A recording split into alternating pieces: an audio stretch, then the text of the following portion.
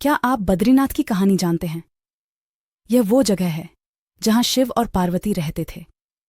यह उनका घर था। एक दिन नारायण यानी विष्णु के पास नारद गए और बोले, आप मानवता के लिए एक खराब मिसाल हैं। आप हर समय शेषनाग के ऊपर लेटे रहते हैं। आपकी पत्नी लक्ष्मी हमेशा आपकी सेवा में लगी रहती है और आपको लाड़ करती रहती है। इस ग्रह के अन्य प्राणियों के लिए आप अच्छी मिसाल नहीं बन पा रहे हैं। आपको सृष्टि के सभी जीवों के लिए कुछ अर्थपूर्ण कार्य करना चाहिए। इस आलोचना से बचने और साथ ही अपने उत्थान के लिए भगवान को भी ऐसा करना पड़ता है। विष्णु तप और साधना करने के लिए सही स्थान की तलाश में नीचे हिमालय तक आए। वहां उन्हें मिला बद्रीनाथ, एक अच्छा सा छोटा सा घर जहां सब कुछ वैसा ही था जैसा उन्होंने सोचा था। साधना के लिए सबसे आदर्श जगह लगी उन्हें यह। वह उस घर के अंदर गए। घुसते ही उन्हें पता चल गया कि यह तो शिव का निवास है और वह तो बड़े खतरनाक व्यक्ति हैं। अगर उन्हें गुस्सा आ गया तो वह आपका ही नहीं, खुद का भी गला काट सकते हैं। ऐसे में नारायण ने खुद को एक छोटे से बच्चे के रूप में बदल लिया और घर के सामने बैठ गए। उस वक्त शिव और पार्वती बाहर कहीं टहलने गए थे। जब वे घर वापस लौटे तो उन्होंने देखा कि एक छोटा सा बच्चा जोर जोर से रो रहा है। पार्वती को दया आ गई। उन्होंने बच्चे को उठाने की कोशिश की। शिव ने पार्वती को रोकते हुए कहा, इस बच्चे को मत छूना।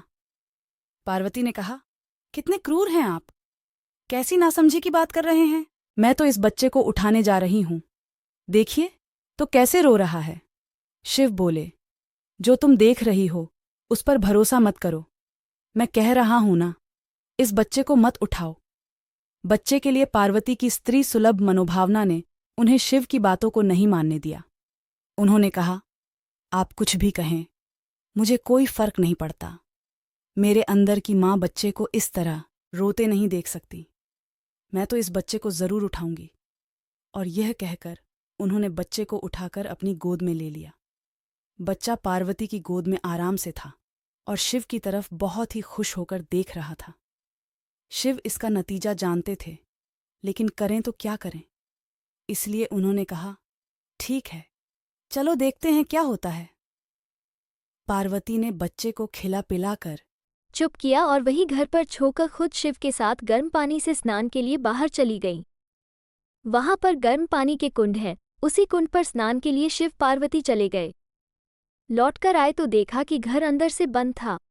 शिव तो जानते ही थे कि अब खेल शुरू हो गया है। पार्वती हैरान थी कि आखिर दरवाज़ा किसने बंद किया। शिव बोले, मैंने कहा था ना, इस बच्चे को मत उठाना। तुम बच्चे को घर के अंदर लाई और अब उसने अंदर से दरवाज़ा बंद कर लिया है। पार्वती ने कहा, अब हम क्या करें।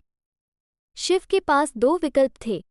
एक, जो भी उनके सामने है उसे जलाकर भस्म कर दें, और दूसरा, वे वहां से चले जाएं और कोई और रास्ता ढूंढ लें। उन्होंने कहा, चलो कहीं और चलते हैं, क्योंकि यह तो तुम्हारा प्यारा बच्चा है, इसलिए मैं इसे छू भी नहीं सकता। मैं अब कुछ नहीं कर सकता।